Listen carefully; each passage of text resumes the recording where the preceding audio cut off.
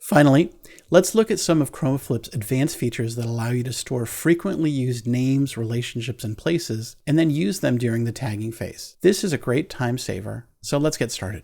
We start by going into the settings and then tapping onto Custom Settings.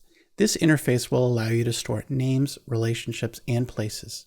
Let's tap on Names to get started.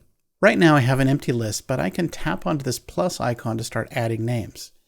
I can enter names in and then tap Add to accept them and then go on to typing in another name.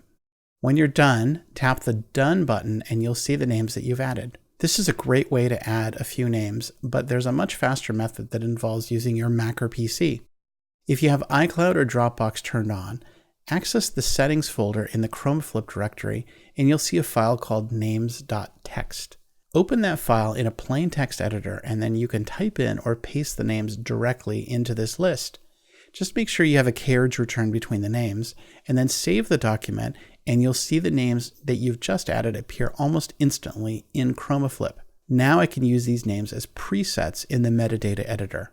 Next, we're going to store some custom places that we can use later to tag very precise locations to our photos. Tap on the map icon and you'll see that I already have some listed here. Now tap onto the plus icon to reveal this map. I can use this search bar to enter in a well-known place or an address. Once here, I can swipe along the map to a precise location and then long press right on this point to where I want my photos pinned to. When I tap the select button, this location is now stored in my list and is available to me when I tag my images. Finally, let's talk about relationships. QromaFlip's natural language tagging lets you describe a photo naturally, and then we'll try to detect things like dates, places, and people, and then generate the appropriate metadata for you automatically. The Relationship Manager works hand in hand with this feature, so you can use familial nouns like mom and dad in your descriptions, and then we can tag the photo with that person's full name so that you can find them easier later. To start, tap this icon with the multiple people, and then you'll see this double field form.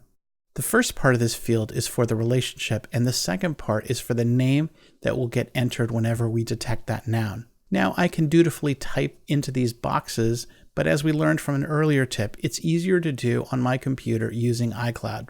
I'm going to pop over to my settings folder and then open a file called relationships.txt with a simple text editor. From here, I can start writing simple relationship sentences. I start with a relationship such as aunt, followed by the equal sign, followed by the full name, and then a carriage return. I can map multiple relationships, like dad and father, to the same noun simply by separating them with a comma, as in this case. I can also have a plural relationship, like grandparents, mapped to two names. All I have to do is separate the two names with a comma. Once I'm done, I just save the file and all of it goes back to QromaFlip. Now that we've added names, relationships, and places, let's see how it gets used. Here is the metadata tagging screen, and when I added this description that had a relationship in it, they'll automatically get tagged in the names field.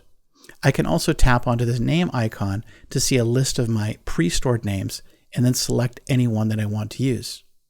Finally, I can tap onto this map icon to select from one of my pre-stored locations and then apply it to the photo. So that's it. It's just as easy as that. Storing names, relationships, and locations will make it easier for you to tag your photos later on.